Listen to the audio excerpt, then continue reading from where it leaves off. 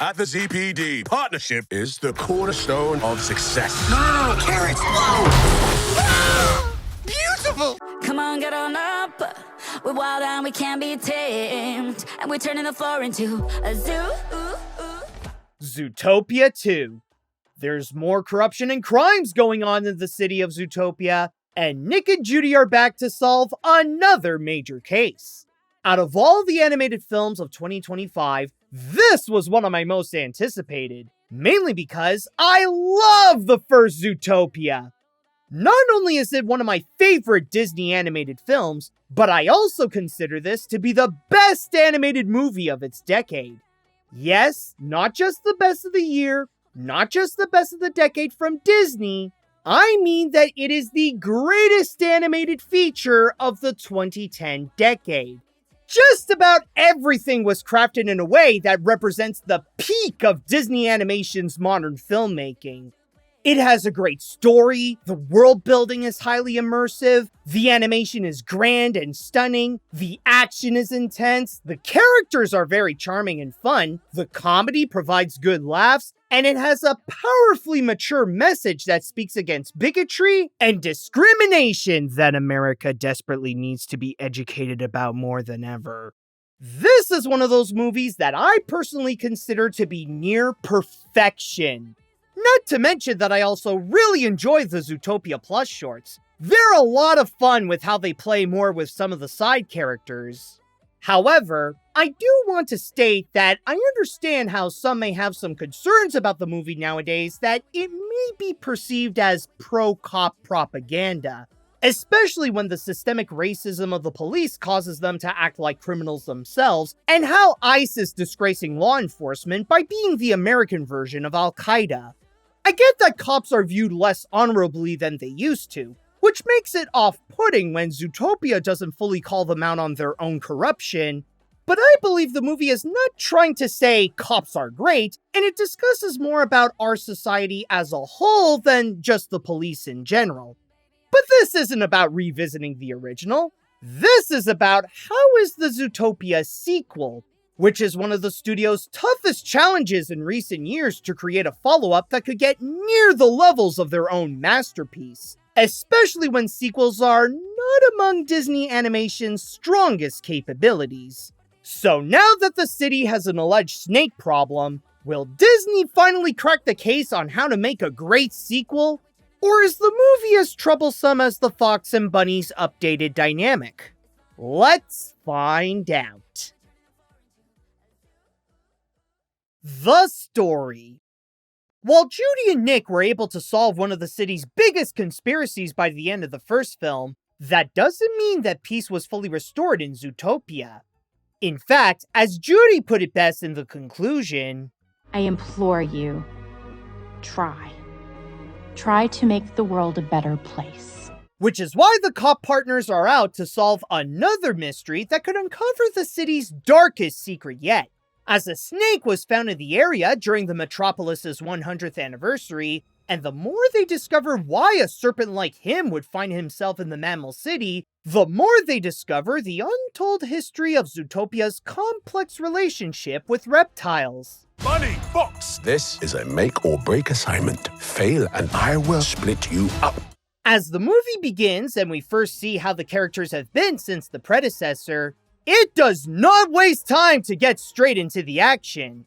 I'd even say that it may have gone a little too fast at the start, where it rushed its way to establishing what the sequel story is about.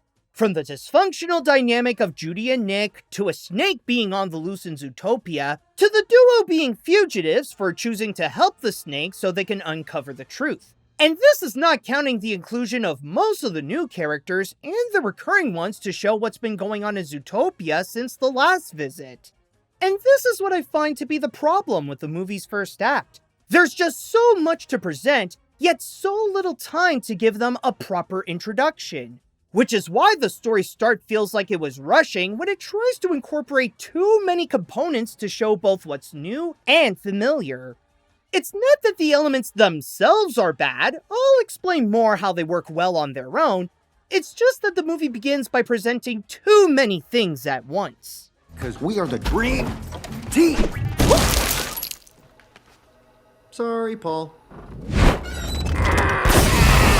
But once the film gets to the second act and the two are in the Marsh Market, that's when the rush problem stops and the storytelling gets into a good flow to gradually unravel the case. And on top of improving itself, the storytelling also progressively gets better, as it becomes increasingly engaging the more the characters get closer to the truth. This is thanks to how it brought back what greatly worked in the first film by having a story combine its mystery with world building, action, and social commentary. Zootopia itself is already big, but the sequel shows more sections of the city to present new types of animals who live in those areas and their unique lifestyle, which helps to make the film be immersive and learn more about the creative ways of how these different types of mammals can live in this one city. When Zootopia was founded, this whole neighborhood got cut off from the rest of the town. It's the only place you can get away with wearing a shirt and no pants. At the same time, it also knows when to get the exhilaration going by occasionally throwing in some action to show the danger of their mission and how there is so much at risk. Not just with the protagonists' lives, but also the fate of a whole group of animals as they are being oppressed without anyone knowing. And speaking of which, just like with the first, the feature conveys a powerful message about modern society. Yes, some discrimination is being called out again, but the film's main commentary is about the corruption of the oligarchy, highlighting the problems of the wealthy with how they immorally manipulate their way to fame and fortune, abuse their powers to be above the law, and their use of prejudice to control the public so that no one is looking while they take more for themselves. It provides the movie with these strong, thought-provoking layers that discusses about social class, systemic racism, and political corruption from the 1%. I want the fox and that rabbit. Do you know how many mayors they've already destroyed? But as great as the case is where it gets amazingly intense by the climax, what really makes the story emotionally engaging is the dynamic of Judy and Nick. If there's one thing that they want to prove more than Gary's innocence, it's that they're a great team who can get the job done, even if their compatibility is not perfect. What's ultimately on the line for them is their partnership, and that's what carries the heart of the picture that provides some excellent drama. Now, this is not to say that this is a full-on serious movie. There's also an equal amount of comedy, and it does that very well where the film provides plenty of funny moments to keep itself consistently entertaining. So warm. Whoops. No. Keep it. But at the same time, there are scenes where the two have to face the challenges of their own flaws and insecurities that puts their compatibility in question. And those moments can hit harder than the action itself, where the ultimatum of their partnership can be a bigger mystery than the case of the reptiles. You know, this is not your worst idea. Wow, that was almost a compliment. Your worst idea is what you did with your ears. The movie may have a bit of a bumpy start by throwing almost everything at once in the beginning, but once it finds a good place for itself, that's when it becomes fully engaging, and its strengths truly shine to deliver a story that can be as great as the original thanks to its mystery, world building, comedy, commentary, and heart. It takes a little time to get there, but once it does, you're in for another unforgettable ride in Zootopia. The animation. A big part that makes the first Zootopia an amazing feature is the spectacular animation that brought an entire city filled with a variety of anthropomorphic mammals to life. In the sequel, not only did the team at Disney brought back that same high-quality animation, but they also doubled down on everything to make Zootopia bigger and better. The key to the city's immersiveness is how it takes full advantage of the place being built for animals both big and small, along with the residents themselves still staying true to their respective species. With that concept alone, the sequel still finds many great opportunities for the gags and the scenarios in order to play with the different sizes and the characters' abilities. This is what makes the designs impressive in its detail and for the big picture. The textures of their fur, skin, and scales, along with how they are uniquely animated with their anatomy, really sells on which type of animal they are, even with the clothes that they wear. And when they all come together, they can make the city feel grand, showing off the massive scale of the districts like Tundra Town and Sahara Square, where they show off not just how the climates work in those areas, even using the weather walls that conduct the temperatures as a key component to the story, but also how they bring together many, sometimes thousands of residents at once to emphasize its huge scale. Let me ask you something. Do you think we're a good team? Of course. A zoo. But those are the core visual elements that we already know that Zootopia can do great. What about what the follow-up delivered that's new? Well, with how the film wants to try so many novel things for this world, they do great to expand upon what we already know, where it stays true to the concept spirit while providing new surprises along the way. For the latest prominent areas that the duo gets into, there's the marsh market, where the marine mammals inhabit, that's not as modernly developed as the other districts due to the city treating it like an afterthought, but does what it can to provide for the animals that need water in order to live.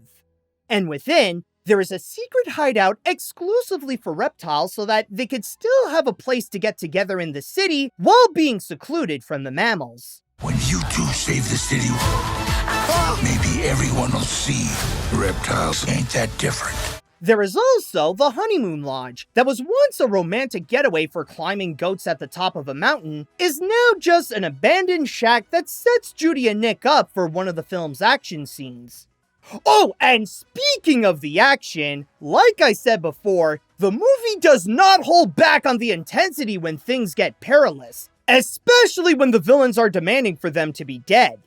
This is where they also go extra with the environment in order to get creative with the chases. Rather it be to get Gary either in the gala or in those water tubes, or running away from the ZPD who are after both of them in the marsh market and in the lodge as it falls apart. Here we go. Judy! But if there is one underrated element that really makes the animation so strong, it's the acting of the characters. Sure, it's great how they represent their respective animal in an anthropomorphic way, but it's the emotions that they convey that sells their personalities and how they feel throughout the adventure. While there are those who provide the comedy with their performance, like Nibbles and Mayor Winddancer, along with Gary being more unique with his lack of limbs, yet can still be very expressive, it's especially with Judy and Nick where they still stay true to who they are, with Judy's optimistic determination and Nick's cynical quick wit. However, it's from their subtler movements that make the more dramatic moments stronger for the scenes to emphasize their emotions as they take a serious look into their dynamic. Better than fine. And we did sort of save the city, so us being here kind of seems like a huge misunderstanding. Regardless of what one may anticipate from the sequel, it's a safe bet to expect that the team at Disney Animation will deliver on the visuals. It not only looks as fantastic as the first, but it also adds so much more that stays true to the idea of an action-packed feature set in a city of animals, yet greatly expands upon it as well to keep it fresh and exciting. While Judy and Nick can get in trouble when they go on their pursuits, the animation, in contrast, is able to flawlessly get its job done. The characters. The cast in the first movie was already large enough to present the vast number of personalities that inhabit the city. But in the second, not only did they all return, but there's also an entire herd of new characters to present themselves in Zootopia. In fact, one of the movie's selling points is how it has literally dozens of celebrities, many of which are notable Disney veterans, who came in to provide a cameo for the picture. Zero! Very nice. I was on lots of catnip. You can't do this! Stab me straight into the heart!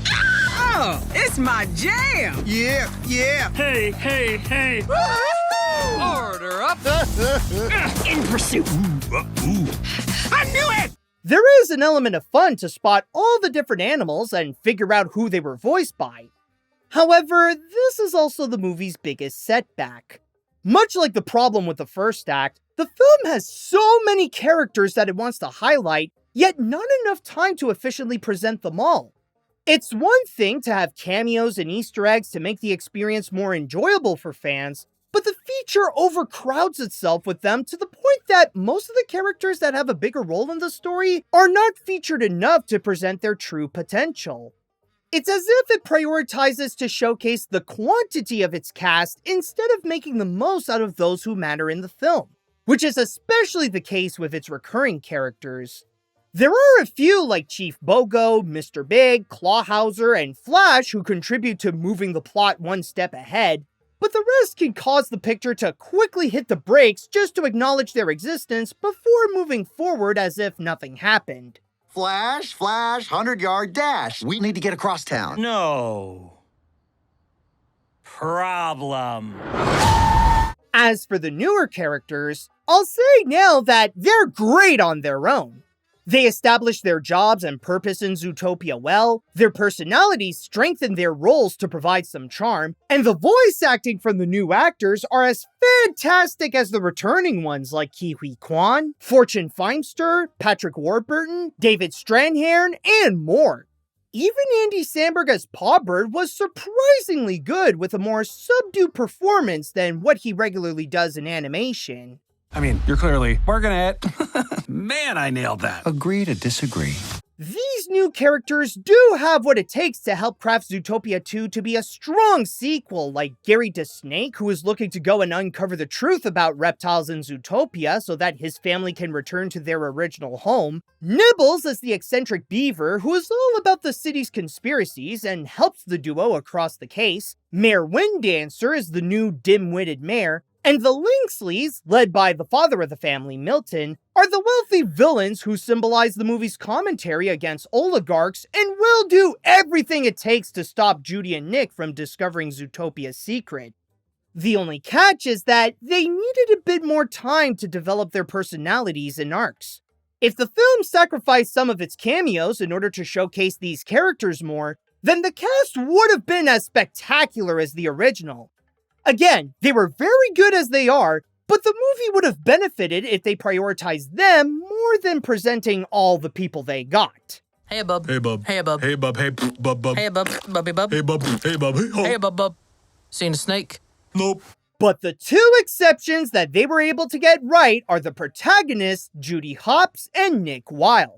Now that they're partners in the ZPD, their goal is to uphold the image that they're a great team who could solve any major case like they did with Bellwether. However, as they try to figure out what actually happened to the reptiles in Zootopia, they have to face that their main driving force could also be the biggest detriment to their dynamic. Judy is determined to serve justice and do whatever it takes to get the job done, even if it means to defy Chief Bogo's orders. Meanwhile, Nick is happy to have a better life where he has a more respectable job than living as a con artist and having an actual friend like Judy.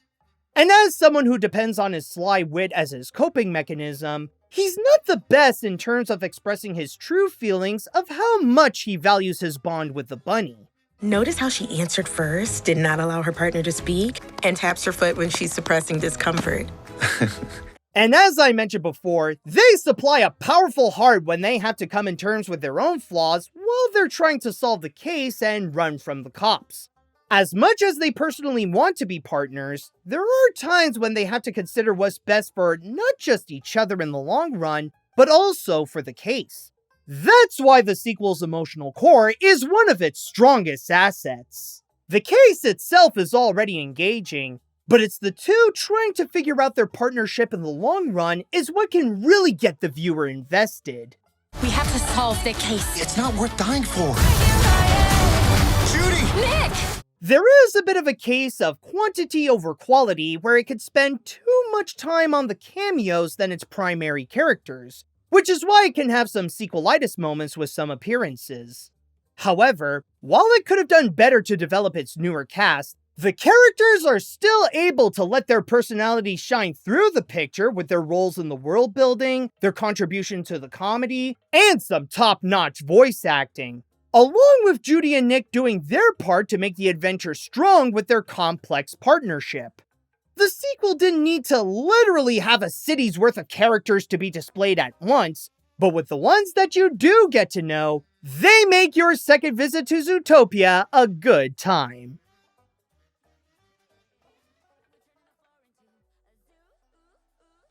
I won't say that this case was handled as well as the previous one, but just like Judy and Nick, the movie found a way to pull through in the end and prove to the world that it has what it takes to be a solid sequel. Zootopia 2 may not have been a masterpiece like its predecessor, but it still came out strong enough to be an emotionally engaging animated feature on its own.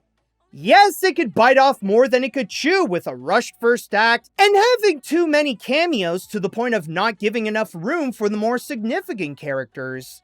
However, it more than makes up for it by bringing back the elements that made the first movie great and expand upon them to have the concept feel as fresh and grand as the first, with an engaging story that features a captivating mystery, an amazing emotional core that supplies some heartfelt drama, enjoyable comedy, breathtaking animation, intense action, charming characters, and a powerful commentary that speaks against the oligarchy.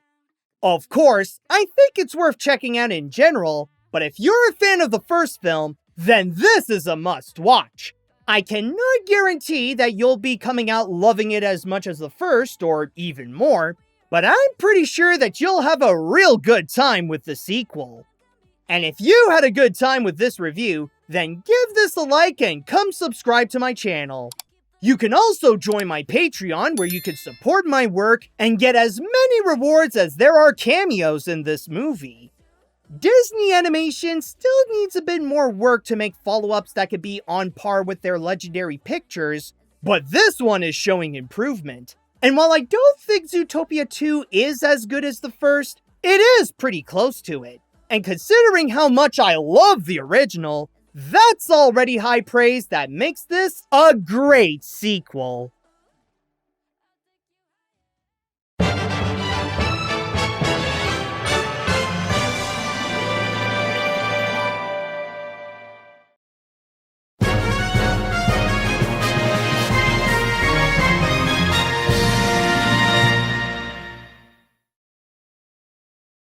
Sorry, could you show me that clip again? Wasn't wearing my glasses.